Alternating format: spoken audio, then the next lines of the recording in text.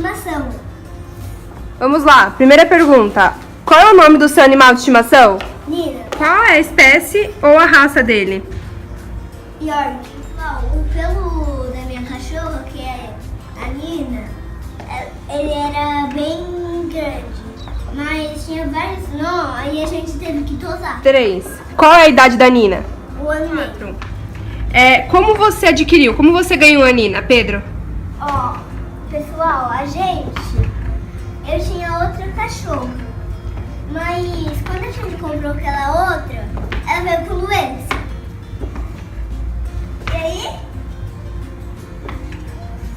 minha mãe comprou essa cachorra aqui, a Nina. 5. O que ela gosta de comer? Pasta de feijão. E ração ela também come?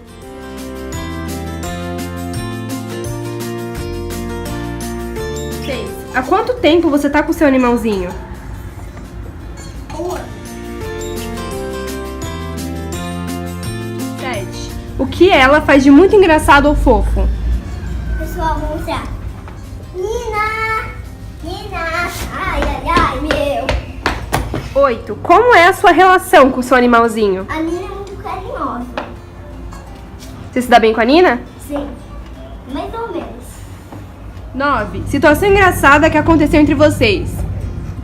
Pessoal, um dia que já faz tempo, minha mãe comprou um cupcake pra mim que tinha cereja, porque eu tava com muita vontade de comer cereja. E aí a Nina, e aí caiu a cereja e ó quem comeu? A Nina!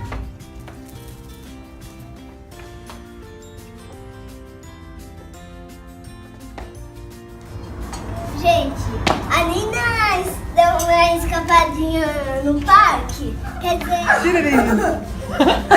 Não é no parque, Pedro. Ela deu uma escapada no vídeo.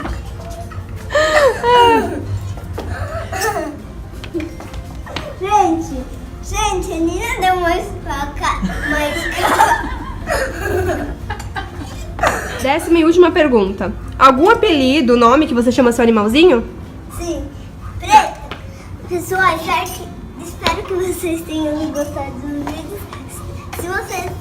Se vocês tenham gostado, deixa o like aí, se inscreva no canal e